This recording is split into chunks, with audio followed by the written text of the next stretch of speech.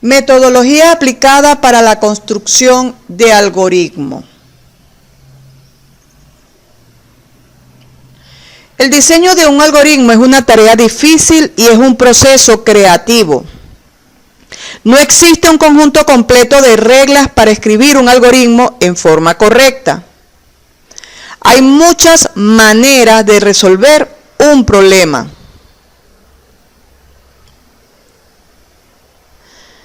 A continuación vamos a explicar una metodología para diseñar algoritmos que consiste en una serie de 8 pasos o etapas. Estos pasos son los siguientes. Paso número 1, análisis del problema. Paso número 2, diseño del algoritmo. Paso número 3, verificación manual. Paso 4, codificación del algoritmo. Paso 5, compilación y ejecución. Paso 6, verificación y depuración. Paso 7, documentación. Y paso número 8, mantenimiento. A continuación vamos a explicar cada uno de estos pasos.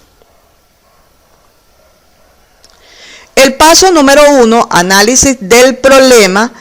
Debemos comenzar por identificar todos los elementos involucrados en el problema planteado y entender en qué consiste la solución del mismo. Para ello, debemos responder a las siguientes preguntas. ¿Qué necesitamos? ¿Cómo obtenemos lo que nos piden? ¿Qué nos piden? La respuesta a cada una de estas preguntas, por ejemplo, ¿qué necesitamos?, son las entradas del algoritmo. La respuesta a cómo necesitamos lo que nos piden son los procesos que vamos a realizar. ¿Qué nos piden? Son las salidas que tendrá el programa. Y el conjunto de ellos, lo que es la entrada, proceso y salida, es lo que se denomina la especificación funcional del algoritmo.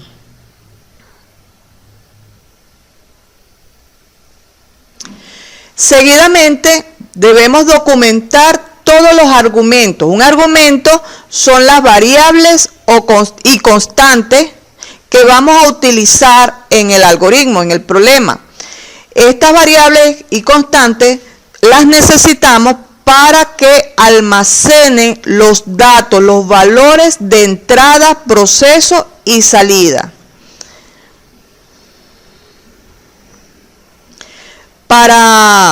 Les recomiendo para hacer este paso, utilizar una tabla en el cual en la primera columna pueden tener lo que es el argumento o la descripción. También pueden utilizar ahí la descripción.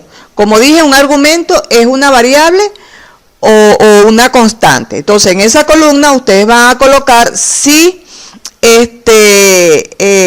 van a utilizar una variable o una constante. O también puede colocar la descripción. Por ejemplo, vamos a utilizar una variable que va a almacenar la temperatura ambiente, la temperatura en grado centígrado.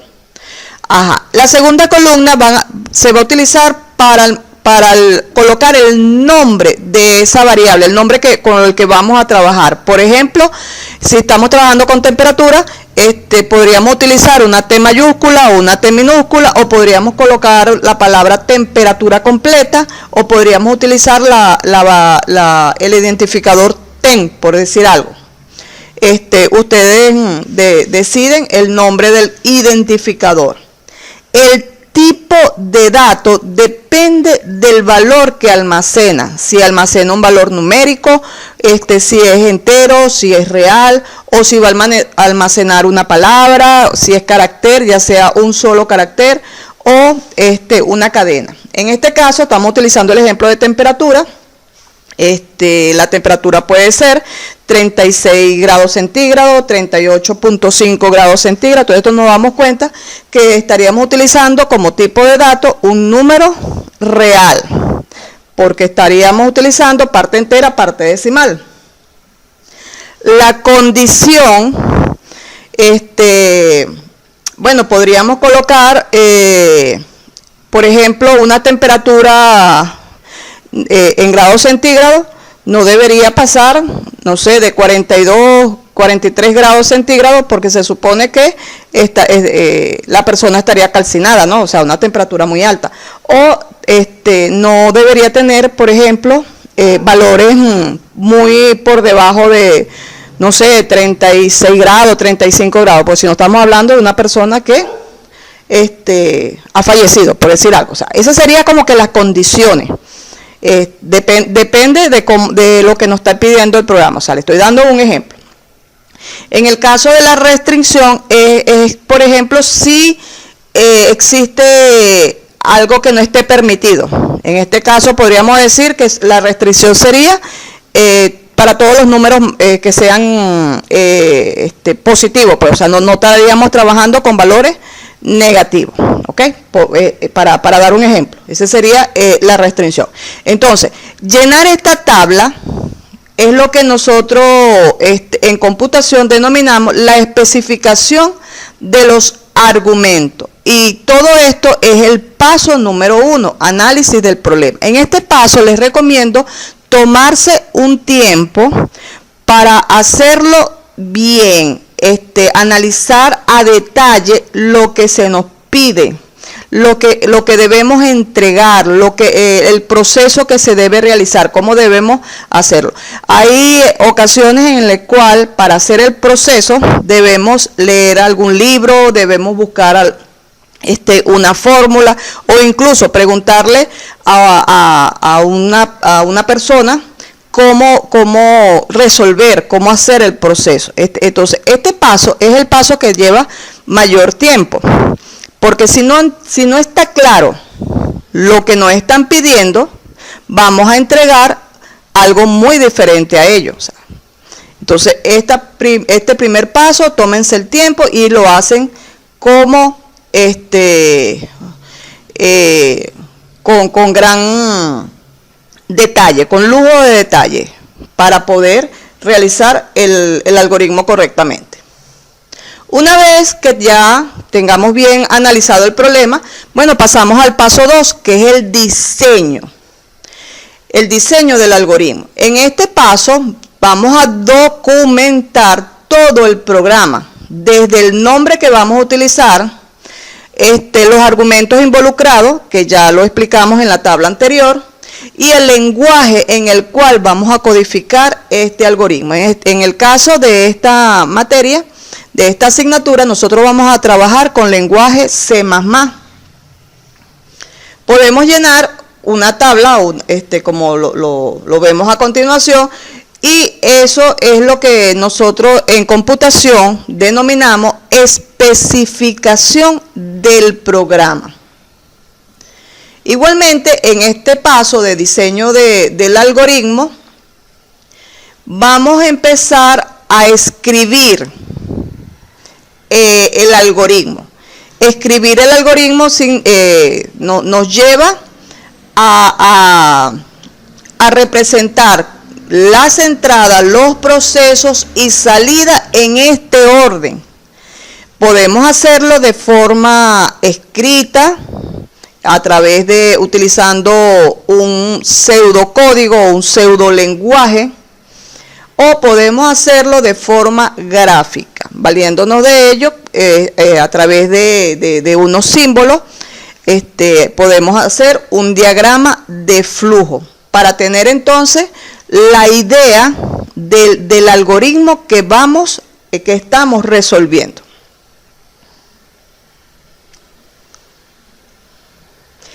Existen algunas herramientas empleadas como lenguaje algoritmo. Entre esas herramientas tenemos los diagramas de flujo, también llamados flowchart, los diagramas Nash-Schaderman, también llamado diagrama NS o diagrama de Chaplin. Y tenemos los pseudocódigos. En un próximo video que lo van a tener a su disposición, vamos a explicar cada uno de estas herramientas.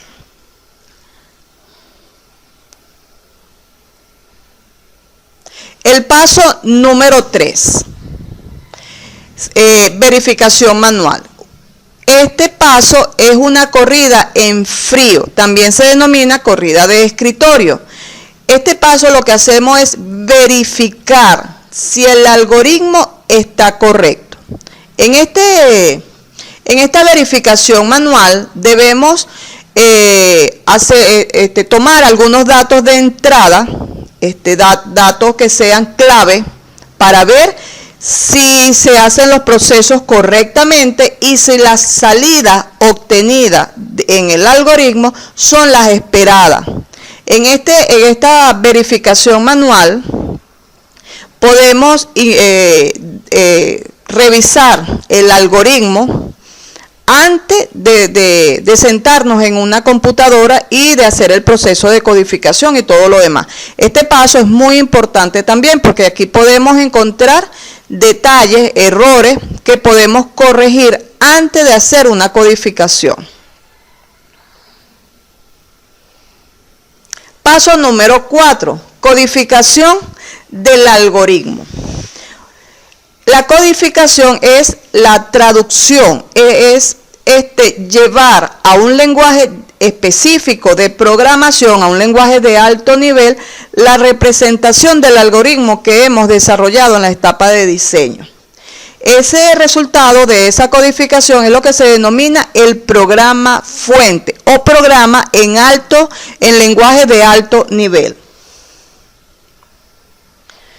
Entonces, fíjense, podemos tener un algoritmo ya sea en pseudocódigo o lo podemos tener en un diagrama de flujo y haríamos una traducción. En este caso, para esta asignatura, sería traducirlo al lenguaje C, al lenguaje C++.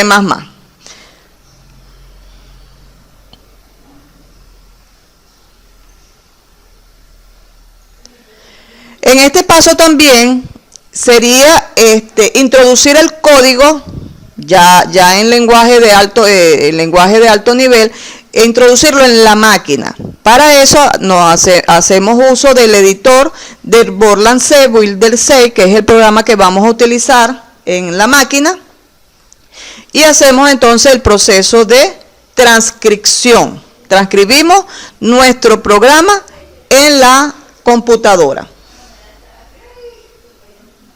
Paso número 5, compilación y ejecución. Una vez que hemos hecho esa traducción, hemos hecho la transcripción en la máquina, necesitamos que ese lenguaje de alto nivel sea transformado a lenguaje de máquina o lenguaje de código.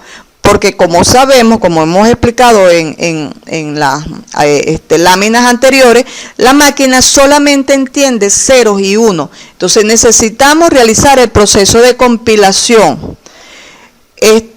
Si no hay error en el proceso de compilación, se va a generar, este compilador va a generar el código objeto, que luego el sistema operativo se va a encargar de asignarle las librerías para poder obtener el programa ejecutable. Esto es lo que se explicó en la práctica número 1, en el laboratorio número 1. Tenemos entonces 3 procesos. La primera es la transcripción, la segunda, la compilación, la tercera, el proceso del linker o enlace, para poder llegar desde un código fuente hasta pasando al código objeto hasta llegar al código ejecutable.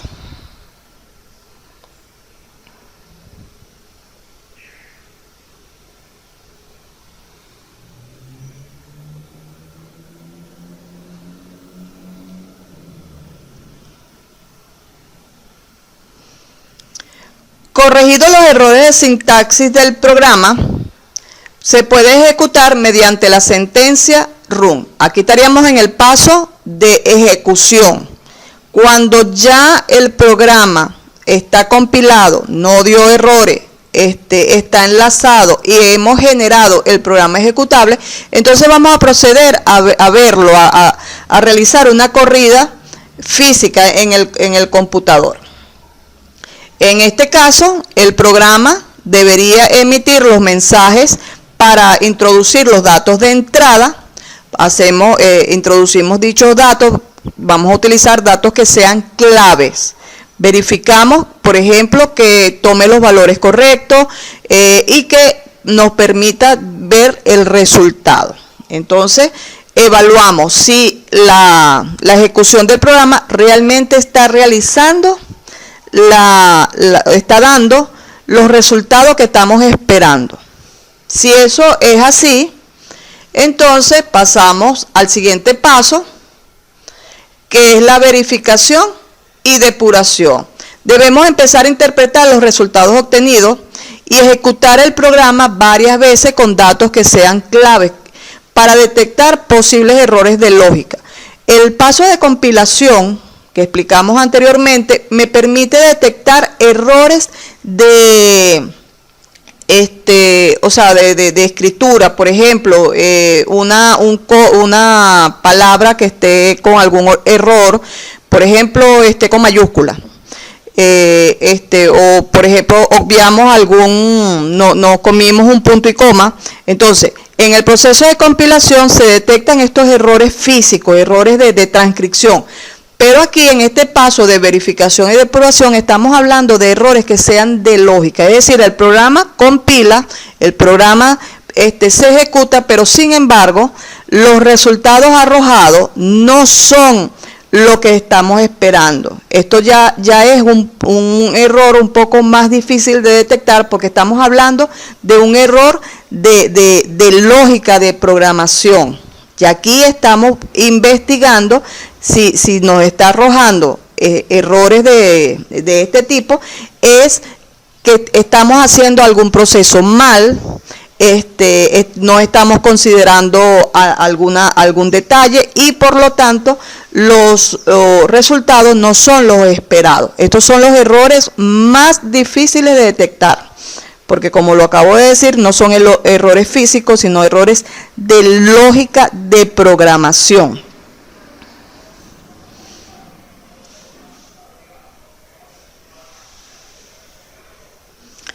Si una vez que hemos verificado que todo el programa está realmente dando los resultados esperados, entonces podemos pasar al paso número 7, que es la documentación.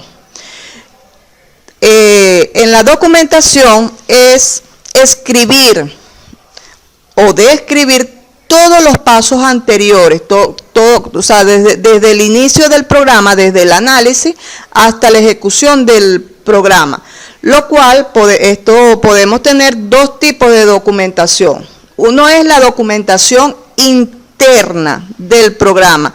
Esto quiere decir los comentarios. Podemos empezar a colocar información clave dentro del programa que nos permita a futuro o a otra persona, a otro usuario que quiera hacer uso del algoritmo, le permita entender fácilmente, a detalle, el programa que le estamos presentando.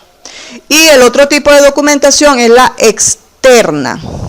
Es el informe que podríamos estar entregando al profesor, al jefe del proyecto, a una empresa, etcétera.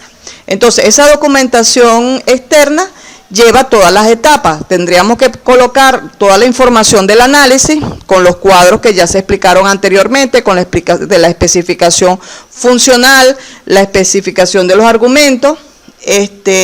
Podríamos colocarle los algoritmos, ya sea en pseudocódigo, diagramas de flujo, diagramas Nash-Chaiderman o de Chaplin.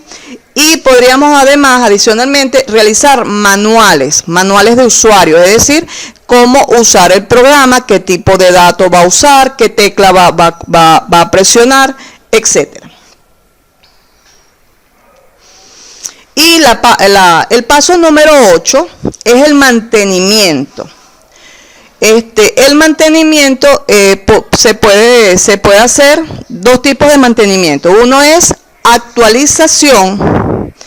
Una actualización es aquella que el programa por el tiempo de uso ha ocurrido algunos cambios y debemos modificar, debemos actualizarlo. Por ejemplo, actualizar fechas, actualizar tipos de datos, valores de constante, etcétera, etcétera. En este caso, este tipo de mantenimiento podría ser también si ha surgido una nueva versión del lenguaje de programación, es realizar el proceso nuevamente de compilación en la versión nueva para tener un ejecutable que esté actualizado. Entonces, en este caso, esta fase de mantenimiento hacemos las correcciones pertinentes para volver nuevamente a tener un código ejecutable actualizado. Fíjense que esta metodología está realizada en dos fases. Los pasos 1, 2 y 3, paso de análisis del problema, diseño del algoritmo y verificación, es lo que nosotros llamamos la fase de resolución del problema. Esta fase se da en papel, requiere un tiempo que necesitamos para analizar, para diseñar y para verificar que el algoritmo esté correcto. Una vez que estos tres pasos, esta fase esté realizada, es que nosotros podemos ir a la máquina. Desde ya una recomendación de programación es que no se sienten en el computador sin tener una base, sin tener el problema en papel, sin tener la idea de qué es lo que van a hacer, para que no se frustren estar frente a una máquina y no saben qué hacer. Entonces, realizan la fase 1 para poder llevar la fase 2, que sí ya es un trabajo en la computadora. Hacemos la codificación, que no es más que una traducción, compilamos y ejecutamos, verificamos y depuramos, podemos documentar, colocar todos los comentarios y el mantenimiento se da a posterior.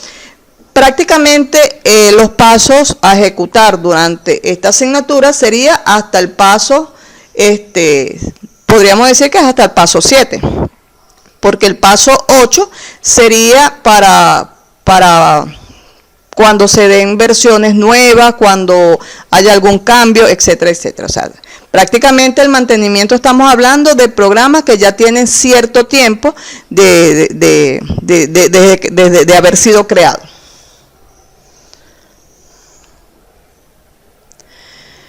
También podemos hablar de algunas recomendaciones que podemos tomar en cuenta para mejorar nuestro trabajo como programador, para tratar de minimizar la ocurrencia de errores al programar.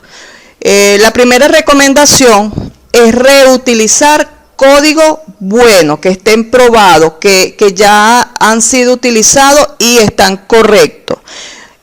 No debemos reinventar la rueda, no debemos, si ya existen códigos que están hechos, incluso están probados, están en la web, están accesibles, es recomendable reutilizarlos. Entonces les recomiendo como buena práctica de programación que creen sus carpetas, una carpeta, y puedan tener en ellas códigos que ya estén probados. Entonces pueden tener, por ejemplo, algún código que permita obtener porcentaje de nota, temperatura,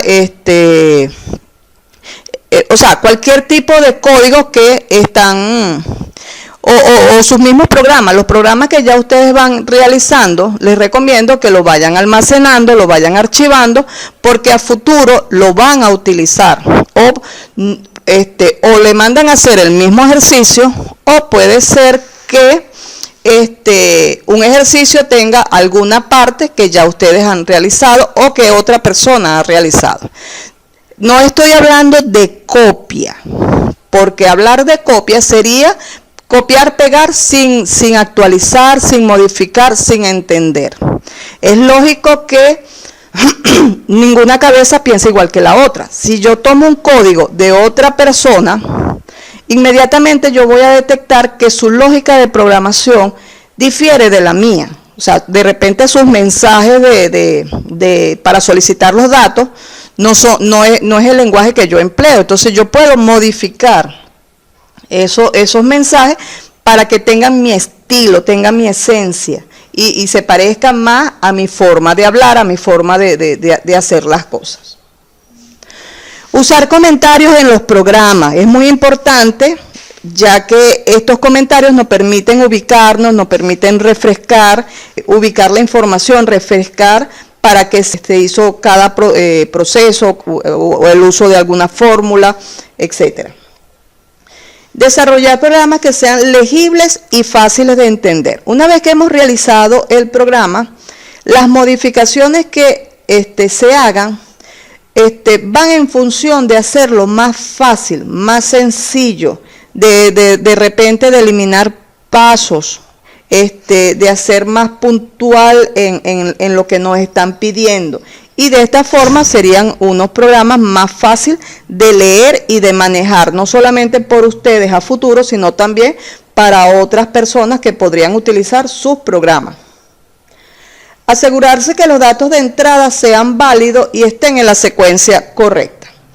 Una de las recomendaciones es que ya tengamos una tabla de datos que podamos utilizar para corroborar si el programa realmente funciona correctamente. Diseñar los tamaños de campo de datos de modo que pueda contener el campo de valor actual más grande. Esto le voy a dar un ejemplo que me pasó en mis tiempos de estudiante. Nos pidieron un ejercicio que realizaba algunos cálculos, el programa corría, funcionaba correctamente, pero cuando colocaba ciertos valores, los resultados arrojados no eran los esperados. Yo hacía las pruebas en la calculadora y el resultado era muy diferente. Y no entendía, o sea, yo revisé el programa, hice una corrida en frío, la corrida de escritorio, como le expliqué, pero sin embargo no encontraba el error, porque estos son ya errores de lógica, no errores de forma. Entonces, después de varias horas, incluso creo que me llevó 1 día, 2 días de preocupación, logré encontrar el problema, y el problema era que estaba utilizando una variable tipo dato entero que solamente puede almacenar hasta 32.767 según la teoría, y cuando el resultado era un número mayor a era obvio que como la capacidad de almacenaje de la variable era 8 bits y el resultado era superior a estos 8 bits, perdón, a estos 2 bytes, 16 bits, entonces solamente mostraba los datos que estaban almacenados en estos 16 bits, por lo tanto era muy diferente al resultado que se obtenía con la calculadora. ¿Cuál era el error? El tipo de dato que estaba utilizando era muy pequeño para el valor de la variable que se iba a almacenar en él. Entonces, aquí tienen que tener, o sea, como recomendación, es que cuando van a seleccionar el tipo de datos, asegúrense que ese tipo almacena los valores más grandes, o sea, que pueda tener esa variable. Bueno, esto es todo el tema. Acaba de finalizar este tema. Muchas gracias por su atención.